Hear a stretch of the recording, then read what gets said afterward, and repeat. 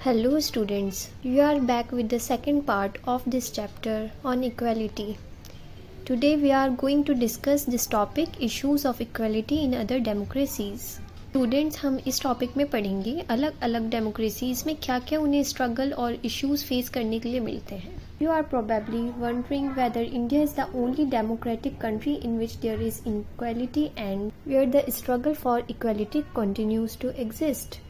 तो स्टूडेंट्स, क्या इंडिया ही सिर्फ ऐसी कंट्री जहाँ पे डेमोक्रेसी आने के बाद भी स्ट्रगल रहता है और इनइक्वालिटी कहीं ना कहीं एग्जिस्ट करती है. But in the true sense और भी काफ़ी ऐसी डेमोक्रेटिक कंट्रीज़ हैं जहाँ पे भी बहुत सारे इश्यूज उन्हें फेस करने के लिए मिलते हैं और डेमोक्रेटिक होने के बाद भी उनका स्ट्रगल अभी तक कंटिन्यू है. सो स्टूडेंट्स, हमारी बुक में केस दिया हुआ है यूनाइटेड स्टेट्स ऑफ अमेरिका का. अमेरिका में पहले अफ्रीका से काफ़ी लोगों को एज अ स्लेव्स लाया गया था. देन फिर वो अमेरिका में रहने लगे और एक पॉपुलेशन मिलने लगी हमें अफ्रीकन अमेरिकन्स की. They use to describe their lives as largely unequal. According to them उन्हें अनइक्वल ट्रीट किया जाता था, उन्हें डिस्क्रिमिनेशन फेस करना पड़ता था. Despite the fact that there was a movement in the late 1950s push for equal rights for African Americans.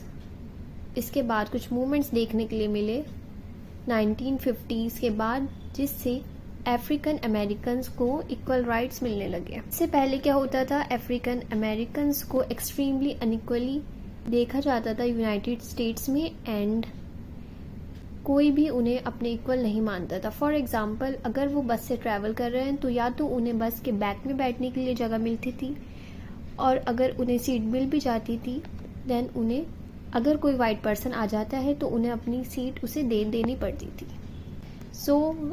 This is the example of discrimination they use to face in United States of America, which shows the struggle for equality continues to exist in many democracies even after the law of equality.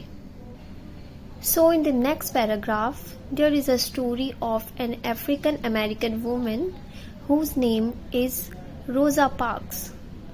So it is important because due to her a movement was started which is known as civil rights movement.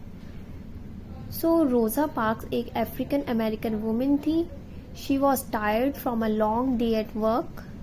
तो उसने refuse कर दिया अपनी seat देने से एक white man को on 1 December 1955. So from her refusal एक मूवमेंट स्टार्ट होता है अफ्रीकन अमेरिकन्स का, जिसे हम civil rights movement. Civil rights act of 1964 prohibited discrimination on the basis of right ने डिस्क्रिमिनेशन प्रोहिबिट किया है on the basis of race. वो किसी भी रेस का हो, किसी भी रिलीजन का हो, किसी भी नेशनल ओरिजिन का हो, हम किसी भी पर्सन को डिस्क्रिमिनेट नहीं कर सकते हैं. And it also stated that जितने भी स्कूल्स हैं वो अफ्रीकन अमेरिकन चिल्ड्रन के लिए भी ओपन होंगे and they would no longer have to attend separate schools specially set up for them. तो स्टूडेंट्स, क्या होता था, अफ्रीकन अमेरिकन्स के लिए, उनके बच्चों के लिए अलग से स्कूल थे, उन्हें नॉर्मल अमेरिकन्स के साथ नहीं पढ़ाया जाता था. So this is a huge kind of discrimination. So after the civil right act of 1964 ये डिस्क्रिमिनेशन ख़त्म होता है और उन्हें भी परमिशन मिलती है साथ में स्कूल अटेंड करने की. So after all this, because they face equality and discrimination in the past, African Americans continue to among the poorest in the country. वो कंट्री में काफ़ी पुअर रह गए और इसकी वजह से उनके बच्चे सिर्फ गवर्नमेंट स्कूल्स अफोर्ड कर सकते थे. क्योंकि अब वो सिर्फ गवर्नमेंट स्कूल अफोर्ड कर सकते थे, उनके पास कम फैसिलिटीज़ होती थी, पुअर क्वालिफाइड टीचर्स होते थे as compare to white students जो या तो प्राइवेट स्कूल्स में जाते थे या फिर उन एरियाज़ में जहाँ की गवर्नमेंट स्कूल्स काफ़ी अच्छे थे.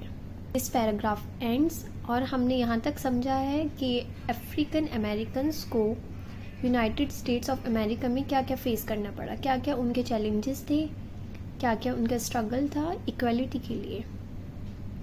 So the next topic is challenge of democracy. So students, इस पैराग्राफ में बस इतना बोला गया है कि कोई भी कंट्री कम्प्लीटली डेमोक्रेटिक नहीं होती है. हमेशा हर कंट्री में कोई ना कोई ऐसी कम्युनिटी होती है या फिर इंडिविजुअल्स होते हैं जिन्हें स्ट्रगल करना पड़ता है अपनी इक्वालिटी के लिए. Central to this is the struggle for the recognition of all persons as equal and for their dignity to be maintained. Read about how the issues of equality affects various aspects of our daily lives in democratic India. So students, हम book में आगे और chapters में पढ़ेंगे कि कैसे कैसे equality effect करती है हमारी डेली लाइफ्स के डिफरेंट एस्पेक्ट्स को. Now this chapter has been finished. I hope आपको सारे पॉइंट्स क्लियर होंगे. Thank you.